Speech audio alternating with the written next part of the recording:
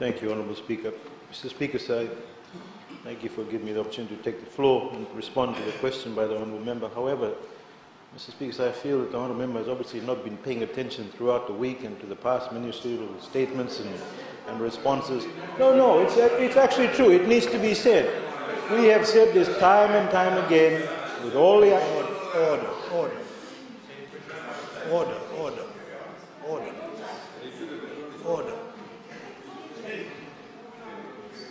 You have the floor. This is a problem, sir. They don't listen. That's why we keep having to say the same things over and over again, just like yesterday. Mr. Speaker, sir, I'll say it, and please listen this time. Today is Friday. It's Jummah, it's a holy day.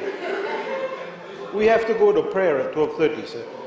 From the beginning, sir, we have been strategic and proactive in our approach to mitigate the impacts of COVID-19 pandemic on the Fijian economy, sir. It's now over 130 days since we've had our last case outside of border quarantine.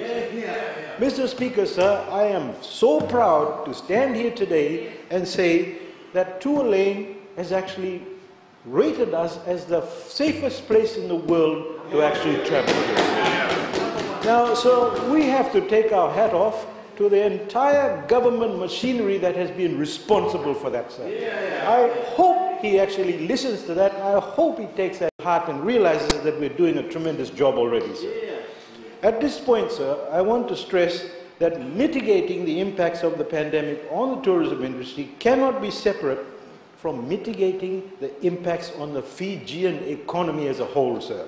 Managing the crisis and mitigating the impact, providing stimulus and accelerating recovery, and preparing for tomorrow, sir, these were the recommended recovery pillars of the UNWTO, the World Tourism Organization.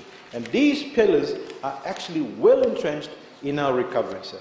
Mr. Speaker, sir, we started by engaging extensively with the industry to understand the magnitude of the impact caused by the pandemic and to provide immediate assistance, and notwithstanding the numerous budget consultations with the Ministry of Commerce, Trade, Tourism and Transport, held over 20 consultations with the private sector since March, sir. Today, we continue to actively engage with our industry partners almost on a weekly basis, such as through the Tourism Recovery Team and the COVID-19 Risk Mitigation Task Force, the CRM team. A number of surveys were also undertaken jointly by government, private sector and development partners to further comprehend the impacts and ascertain how best we can address these immediate challenges, sir. Having heard and documented and experienced the impacts, we acted promptly and decisively. As a first step, the Fijian government announced the COVID-19 budget response, sir, to offer immediate relief to Fijian families, generate economic activity, bolster businesses, safeguard jobs, and fund life-saving containment efforts, sir. Beyond the immediate measures, the Fijian government implemented a number of strategies to stabilize the economy and to restart the tourism industry.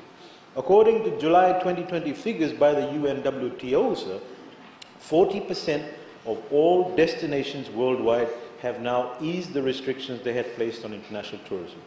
Of the 87 destinations that have eased restrictions, 20 are small island developing states, many of which depend on tourism as a central pillar of employment, economic growth and development. The Fijian COVID-safe economic recovery framework that lays out Fiji's phased approach to recovery has been our guide, sir.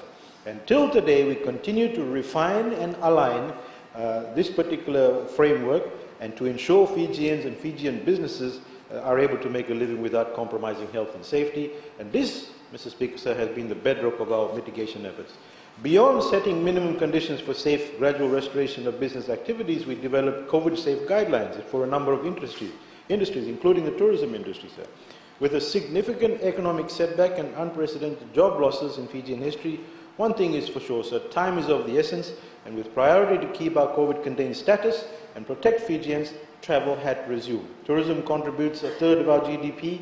Opening borders is preeminent. So as with other small island developing states, our recovery is contingent on resumption of tourism and travel and tourism. As I actually highlighted earlier this week, sir, the Love Our Locals campaign has seen phenomenal success in stimulating jobs and businesses, and we'll make every effort to ensure it remains the foundation of our recovery. Against the backdrop of heightened uncertainty, sir, we've initiated travel arrangements through various provisions of the framework. We've established specific pathways, initially with Tuvalu, Kiribati, Tonga, who rely on Fiji's national carrier for connectivity. We've made special provisions for special requests with significant economic value.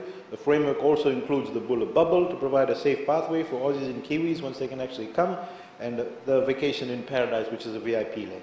There's been a lot of fault-finding, cynical comments and on some of these provisions. Our pathways are contingent not only on our containment measures, but that of our source markets, Australia and New Zealand. So instead of criticizing, we should be acknowledging these proactive efforts, sir. We've heard this week regarding the Blue Lane Initiative, sir, Mr. Speaker, sir, border entry requirements are increasingly becoming complex as countries endeavour to balance the urgent need to restart travel against the imperative of protecting the health of its people.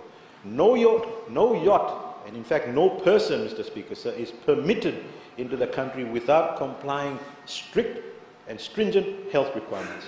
As of the 31st of August 2020, we've approved 70 yachts, of which 4 are super yachts, to enter Fiji under this initiative, 206 passengers and crew, bringing in about $2 million into the economy.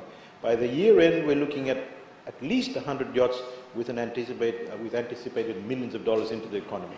These measures, Mr. Speaker, sir, we've been putting through the framework have been successful. Fiji's contact tracing app, Care Fiji, also, that tracks encounters by proximity and duration, is integral as travel recommences. In addition to the app, sir, we are working with the industry in what we call the Care Fiji commitment to create a destination-wide assurance that we are ready to welcome back travellers safely. The commitment program is essentially a commitment to health and safety of travellers to Fiji and a commitment to travel responsibility.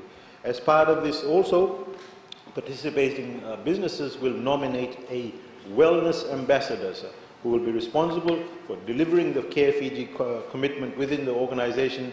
Fiji Airways will champion this initiative through their Travel Ready program to ensure safety, sir.